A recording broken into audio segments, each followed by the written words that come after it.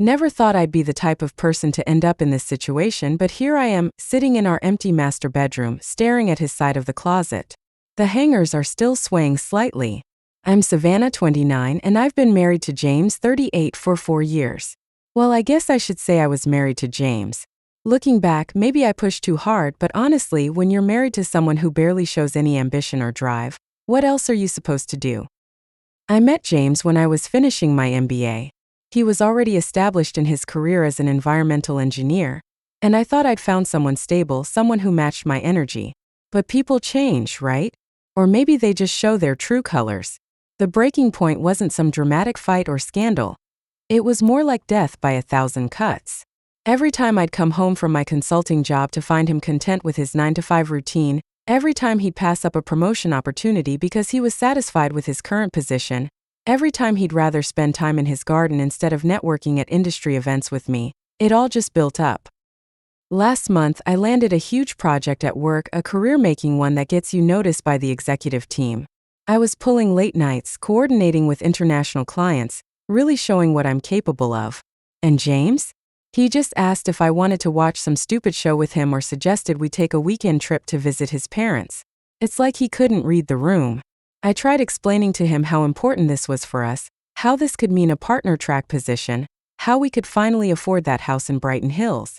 But he just gave me this look like I was speaking a foreign language. "We're doing fine, Save," he'd say. "Maybe we should focus on enjoying what we have." We were living in a decent but totally average subdivision, while my colleague Rachel just moved into a lakefront property. Her husband had the right idea. He switched jobs 3 times in the past 2 years, each time leveraging a better offer. Meanwhile, James was proud of his 10 years at the same company. Things came to a head 2 weeks ago. I just finished a crucial presentation, and instead of being there to support me, James was at some community garden meeting. When he came home, dirt still under his fingernails, I just lost it. I laid out exactly how his lack of ambition was holding us back.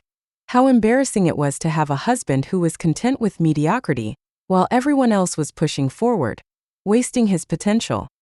I told him, "Do you know how it looks when my husband would rather play in the dirt than advance his career? I thought I married someone with drive, not someone who peaked in their 30s.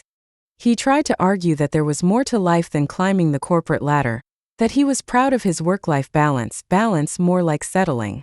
I couldn't stop myself. Everything I'd been holding back just came pouring out. "You're failing us," I said. "Failing me. You're supposed to be my partner, but you're dead weight, a failure as a husband who can't even match his wife's ambition. And thank God we don't have kids yet, because you'd be a failure as a father too, teaching them it's okay to be average." I expected him to fight back, to show some passion about something, but he just got really quiet. He went to his study and stayed there all night. The next few days were tense. He went to work, came home, barely said a word. I figured he was processing what I'd said, maybe finally realizing he needed to step up. Then yesterday I came home late from work again. The house felt different. At first I couldn't put my finger on it. Then I noticed his laptop was gone from the kitchen counter. His keys weren't in the bowl by the door. When I went upstairs, the closet door was open, and half the hangers were empty. No note, no text, no email, just gone. I've called him 20 times since last night, straight to voicemail. His best friend won't tell me anything except that James is safe. What about me? What about our life together? How dare he just walk away instead of facing this head-on? My mom says I should give him space, that men need time to process. But the truth is, I'm the one who's been carrying this relationship forward while he's been content to coast. If anyone needs space to process, it's me. I keep looking at our wedding photos on the wall. We look so perfect, so promising. When did he decide it was okay to stop trying? When did he become so complacent? My phone's buzzing again, probably Rachel checking in. She's been texting nonstop since I told her what happened. I should answer, but right now I just need to figure out my next move, because this isn't how our story is supposed to end. It's been 3 days since I last wrote, and everything's gotten even more complicated. James finally agreed to meet me at Riverside Park, neutral ground he called it, like we're some kind of opposing armies instead of husband and wife. I got there early, wearing the blue dress he always liked, armed with all the reasons why he was overreacting to what was just an honest conversation about our future. I spotted him sitting at a bench near the water. Wearing that faded Stanford engineering hoodie he refuses to replace. He looked tired, older somehow, but he'd shaved, and his hair was neatly trimmed. Part of me wanted to run up and hug him, tell him to come home so we could forget this whole thing. But another part of me remembered how he just walked out, how he'd abandoned our marriage instead of stepping up. "You look well," he said when I sat down, like we were casual acquaintances running into each other at Whole Foods. I waited for him to say more, to apologize for disappearing, but he just sat there watching the ducks. Finally, I couldn't take the silence anymore. "So that's it? You're not even going to explain why you left?" He turned to look at me, and his eyes were different, distant, like he was looking at a stranger. "I think you explained it pretty clearly, Save. I'm a failure, dead weight. Not good enough to be your husband or a potential father." I was upset. You know how intense things get during big projects. I just needed you to understand how important this is for our future. Our future. He repeated slowly. "You know, I've been thinking a lot about that, about what you said regarding my career choices and ambition." He shifted on the bench, turning to face me fully. "Did you ever consider that maybe I'm exactly where I want to be?" I felt that familiar frustration bubbling up. "How can you say that? You could be making twice what you make now if you—" "Just let me finish," he cut in, his voice firm but not angry. "I've spent the last 10 years developing sustainable water treatment systems. My work has helped bring clean water to communities that desperately need it. Last month, my team's project in Honduras got approved for expansion. It's not flashy. It won't get me invited to charity galas, but it matters. I'm not saying your work isn't important." I tried to explain, "But you could be doing so much more, leading bigger projects, managing larger teams." "That's just it, Savannah. I don't want to manage larger teams. I don't want to spend my days in strategy meetings and budget reviews. I want to be hands-on, doing the actual work. And yes, I love my community garden because it keeps me connected to the real world outside of spreadsheets and PowerPoints. But we could have so much more." I pressed, "That house in Brighton Hills. We don't need a house in Brighton Hills." His sudden volume made a nearby jogger glance over. He lowered his voice. "Our house is perfectly fine. It's close to both our jobs, we have great neighbors, and it's more than enough space for 2 people. When did having enough become such a bad thing?" I felt tears threatening to spill. "So you're just giving up on us, on everything we planned?" He sighed, running a hand through his hair. "The plans keep changing, Save. When we got married, we talked about starting a family by now.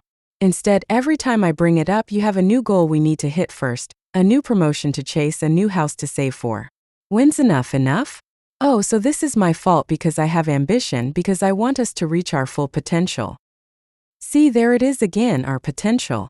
You keep using that word, but you only mean your version of it, your definition of success. He pulled out his phone and showed me a photo of him with a group of kids, all wearing garden gloves and huge smiles. These kids from the community center, they'd never seen a tomato plant before our garden program. Now they're growing their own food, learning about sustainability. That's success to me.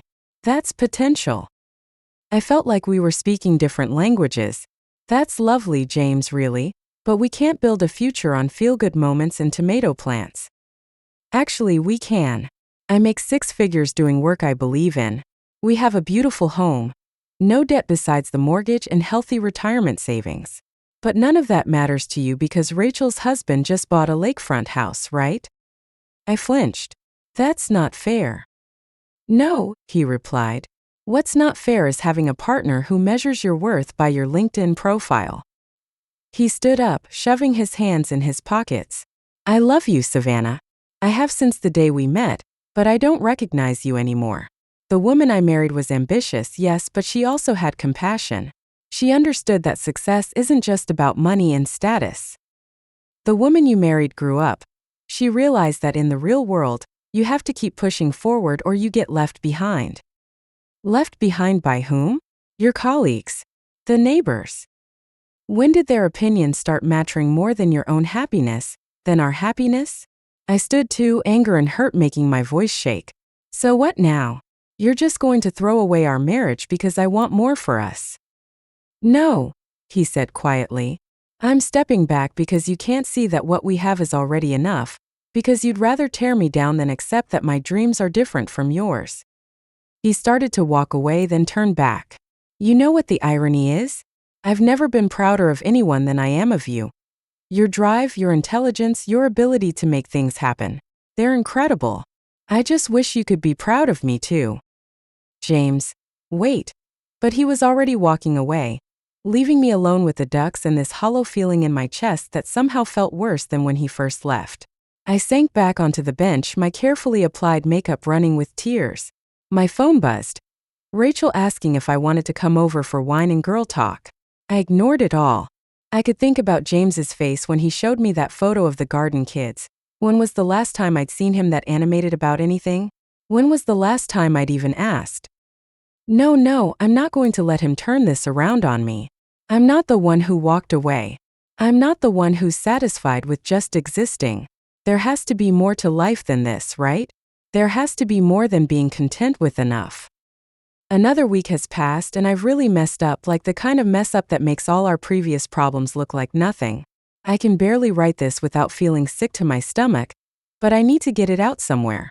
After that disaster at the park, I threw myself into work even harder, staying at the office until midnight, taking early morning calls with overseas clients, anything to avoid our empty house. Rachel finally convinced me to get out of my funk by joining her and some colleagues for happy hour last Friday. I didn't even want to go, but the thought of another night alone with my thoughts was worse. We went to that new rooftop bar downtown, the one James always said was trying too hard to be sophisticated. I guess he was right about that too. Everything there screamed, "Look how successful we are." From the gold-rimmed cocktail glasses to the panoramic city views. Rachel kept ordering rounds of expensive champagne, saying I needed to remember my worth. Your problem is, she said after her third glass, you married too young. You hadn't even figured out your full potential yet. I remember getting angry at that. I'm not the one with the problem. James is the one who. What has principles? Come on, Save. The man literally helps bring clean water to poor communities. He's like a walking NGO commercial. She rolled her eyes, but that doesn't pay for designer bags or vacation homes. Something about the way she said it made me uncomfortable. It sounded so shallow. But then she introduced me to her friend Blake, a hedge fund manager who was in town for a conference. He was everything James wasn't: sharp, suited, luxury watch, already talking about his next investment property. The champagne kept flowing, and I kept finding myself drawn into conversation with him. I knew where it was heading. I knew it at the moment Blake offered to share his Uber back to his hotel because it was on the way to my house. I knew it when I didn't correct him. The whole time there was this voice in my head screaming to stop, but another voice kept whispering that maybe this was what I needed. Someone who understood ambition, who wouldn't make me feel bad about wanting more. I woke up in his hotel room at 4 a.m., my head pounding and my stomach in knots. His Rolex was ticking on the nightstand so loud it felt like it was inside my skull. I got dressed in the dark and ordered my own Uber, feeling like the biggest cliché in the world. The worst part? In those few minutes waiting for my ride, Blake stirred and muttered something about getting breakfast like this was normal. Like I was just another ambitious woman having a fun night out. I nearly threw up right there. The shame hit me in waves on the ride home. Not just about Blake though, God, that was bad enough, but about everything. I thought about James showing me that photo of the kids in his garden program, how his whole face lit up when he talked about it. When was the last time I felt that kind of pure joy about anything? Even my big project at work, the one I'd been killing myself over, suddenly seemed hollow. I've been avoiding James's calls and texts since then. He's been trying to set up another meeting to talk things through, saying he thinks we can work this out if we're both willing to really listen. How am I supposed to face him now? How do I sit across from him and look into those honest eyes knowing what I've done? Yesterday, I drove past his office building during lunch. I saw him walking out with some colleagues laughing about something. He looked okay, not great, but okay. He was wearing that ratty Stanford hoodie again, but somehow it didn't irritate me like it used to. Instead, I remembered how it smelled like his body wash and garden soil, how I used to steal it on cold mornings. Rachel keeps texting, saying I should live my truth and not feel bad about exploring my options. She doesn't get it. This isn't about exploring options. This is about me destroying something real because I couldn't see what was right in front of me. But even now, even feeling this guilty and disgusted with myself, There's this part of me that still thinks I wasn't entirely wrong about everything. Yes, I handled it terribly. Yes, what I did with Blake was unforgivable. But is it really so wrong to want more out of life, to not settle for enough when you could have everything? James texted again this morning. He wants to meet this weekend, says he's been doing a lot of thinking about our future, that he has some ideas about how we could bridge our differences. My heart actually stopped for a second when I read it. He's trying so hard to fix us, and here I am, carrying this secret that would destroy any chance of reconciliation. I should tell him, I know I should, but every time I think about it, about seeing the look in his eyes when he realizes what I've done, I can't breathe. So I sit here in our house, sorry, my house now, I guess, surrounded by all these things I thought were so important. The designer furniture that James said was unnecessary, the huge TV I insisted we needed, the framed magazine article about my company's success. None of it feels like enough anymore. But maybe that's been the problem all along. Nothing ever felt like enough to me, and now I might have broken the one thing that actually was. The meeting I've been dreading finally happened yesterday. James suggested we meet at our house. Not my house, our house, he emphasized. I spent the whole morning trying to make everything perfect, like somehow having the right coffee and his favorite snacks would make up for everything I'd done. He arrived right on time, of course, that was always his thing, reliability. The same quality I used to mock as boring. He looked different, though more resolved somehow. He'd gotten a haircut and was wearing a new blue button-down instead of his usual casual clothes. My stomach dropped when I realized this wasn't going to be the reconciliation I'd hoped for.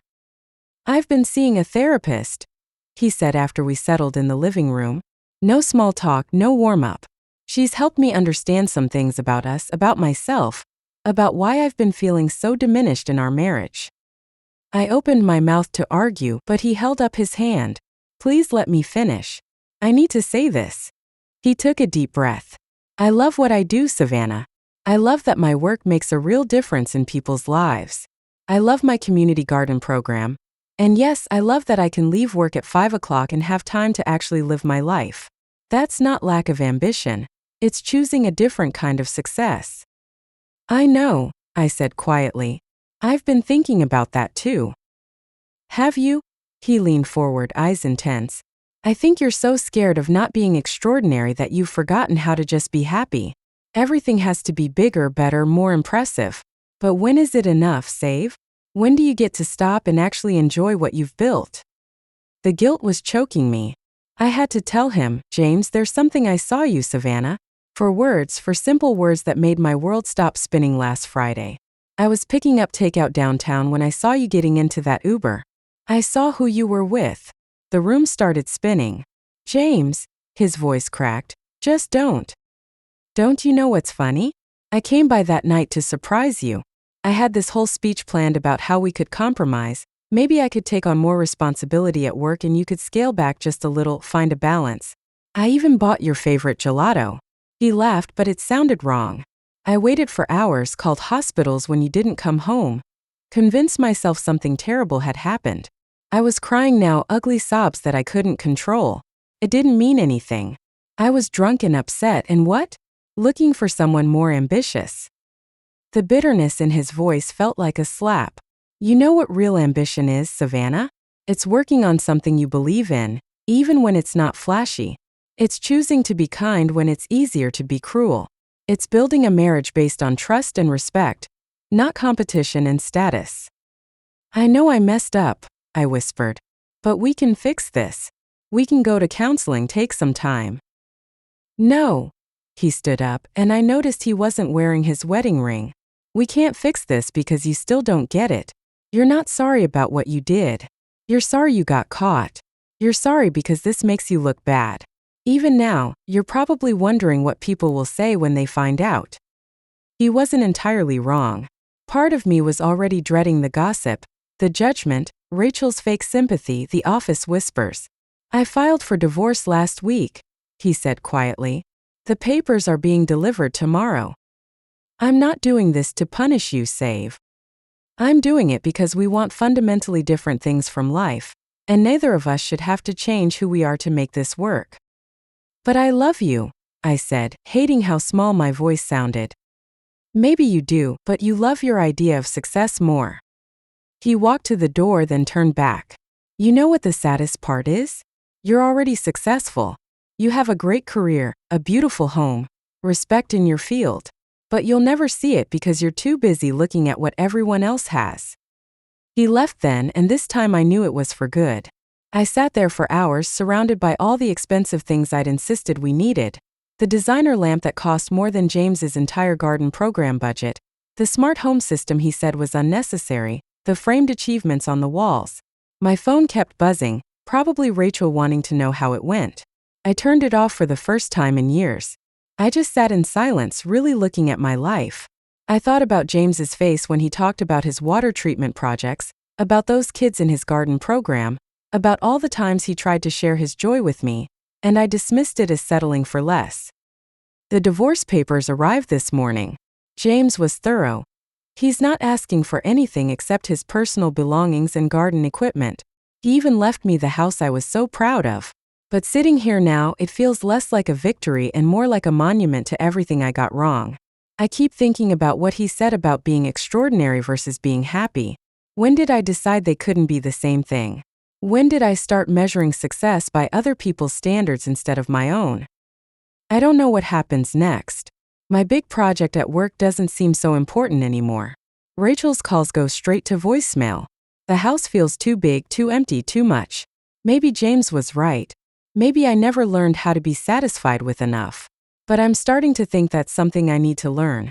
Not for him, it's too late for that, but for myself. Because all this ambition, all this pushing for more, it's left me with a lot of expensive things and absolutely no one to share them with. I told him he was a failure as a husband and father. Turns out I was the one who failed at being a wife, at being honest, at recognizing what really matters. And now I'm left picking up the pieces of a life I broke all by myself.